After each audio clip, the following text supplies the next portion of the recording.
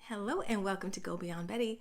So last week we separated out that point and flat in the brisket, and today we're going to barbecue it.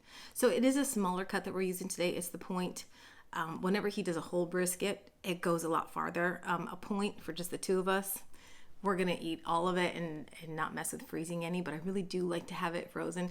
So if you're going through the effort, just get the whole brisket. The whole thing, cook the whole thing. I promise you, in the freezer, a couple quart bags will go a long way on some weekday nights when things are crazy.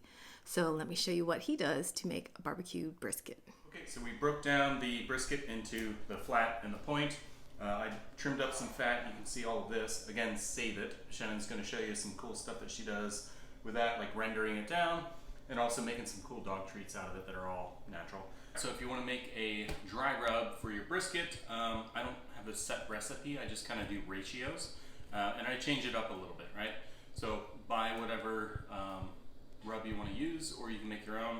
I tend to do about 60% salt and about 30% pepper, and then the last 10% I just kind of round out. I like to put a little bit of garlic and onion powder in there to add like a little depth and a little base, and then I will play with the heat just a little bit. Most of this is going to get absorbed by the smoke, and it'll just be a little back heat. So I do a little cayenne pepper and a little paprika. Adds a little, obviously some seasoning and a little bit of color. But really, the salt and the pepper lets the beef speak for itself. So that's what we're going for. So I'm going to mix this up, and then I'll show you how I wrap it.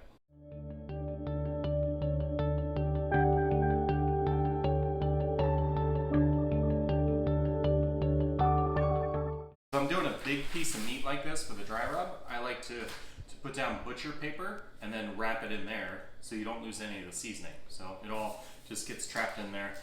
So I will do a section about this big, and then I'll layer 2 or 3 pieces on there. Put the meat in, season, flip it over, drag up all the excess into the meat, and then season again, and then wrap it up, and then put it on the tray and throw it in the fridge. I've had this for probably 1.5 years, 2 years, and you don't go through a ton. And just regular butcher paper is all you need. And then this will come in, it'll be important when we talk about how to cook it too, because you're gonna put a lot of smoke on it, and then you wanna keep the moisture in there, so we're eventually gonna wrap it up off the smoker and then throw it in the oven so it stays nice and moist. Nice. So I'll take my piece. You can start on either side, doesn't matter. I'm gonna start the fat side down.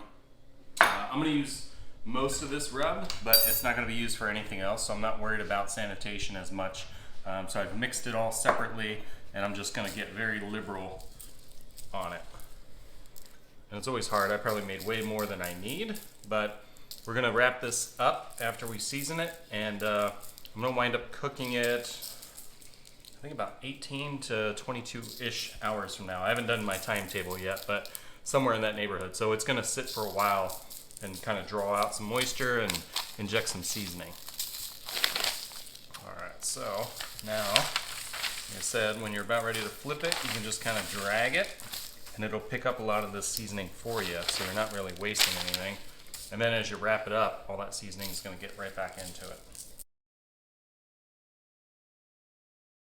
You salt too much?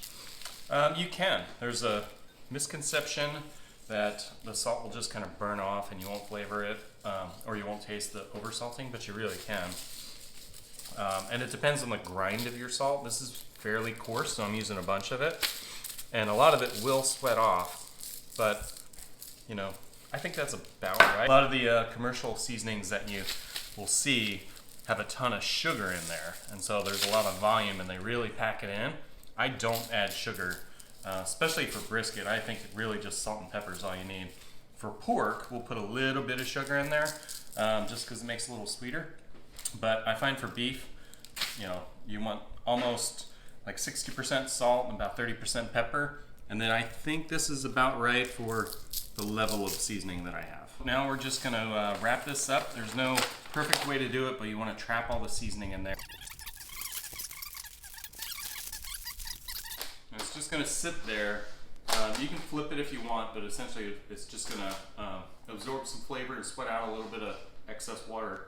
And that's it. We're gonna leave it for for about 18 hours before we start cooking. All right, so it's early in the morning. This is going to take about 10 hours total to cook. So we've got our smoker set at 250, and we're just going to take it straight from this and plop it fat side up or down, doesn't matter. We're going to go fat side up. And what temperature? 250. It's a touch high right now and coming down. Oh, I thought you could paper them. There we go. And that's it. It's going to live in there for about 3 hours. Okay, so we pulled the brisket off the smoker. It's been on there for about 3.5 hours at 250. So you can see it's got a nice caramel color to it. And I'm setting it fat side down in the paper. And I'm going to wrap it. On the smoker, I don't feel like it really matters whether it's fat side up or down.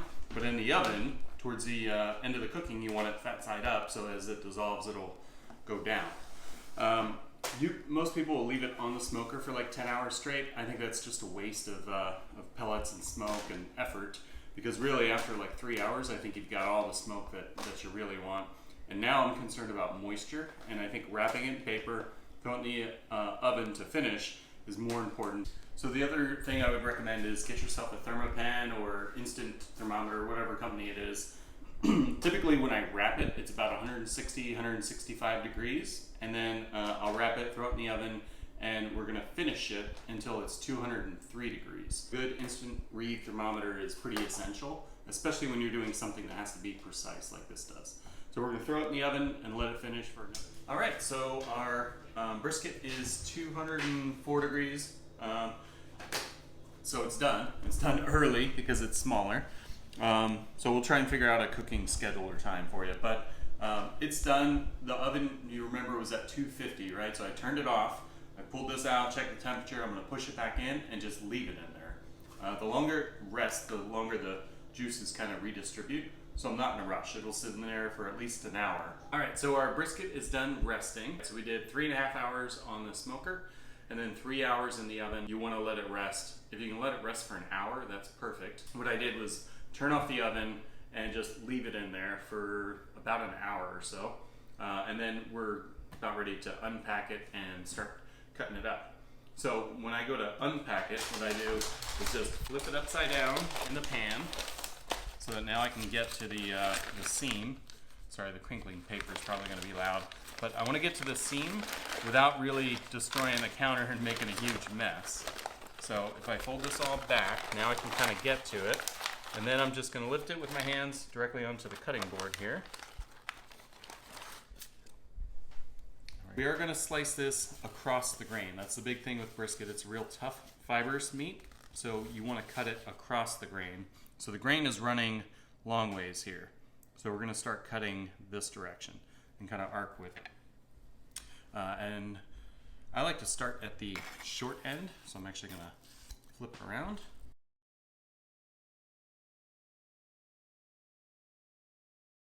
Okay, so I just wanted to point out, you can see the pink ring of smoke that's on there. This was only 3.5 hours on the smoker. It does add a fair amount of smoke and it absorbs it. The longer you leave it, the more smoke you get, but then you have to balance that with it being drier as well. So that's it. This is our brisket. We're gonna enjoy some tonight on top of the salad. And then we're gonna shred some of the rest and put it in little quart-sized bags and leave it in the freezer so that when we have taco night, you know, when Shannon's cooking, not cooking night, we can just pull that out, heat it up, and it takes 5-10 minutes, and it's fast and easy and delicious. Thank you again for joining me at Go Beyond Betty, where you are taking risks in the kitchen. Stay tuned. Next week, we'll be doing the corned beef. And that's not just for St. Patrick's Day. I promise you, we have other delicious things that we're going to be doing with it. Don't forget to like, subscribe, and comment. Tell me if you made brisket. Tell me if you like brisket. Tell me maybe something that you do with brisket that I don't and that I want to. So don't forget to do that before you leave. And thank you again so much for joining me. We'll see you again soon. Bye. Have you ever worked for a Hallmark? No. Love ya.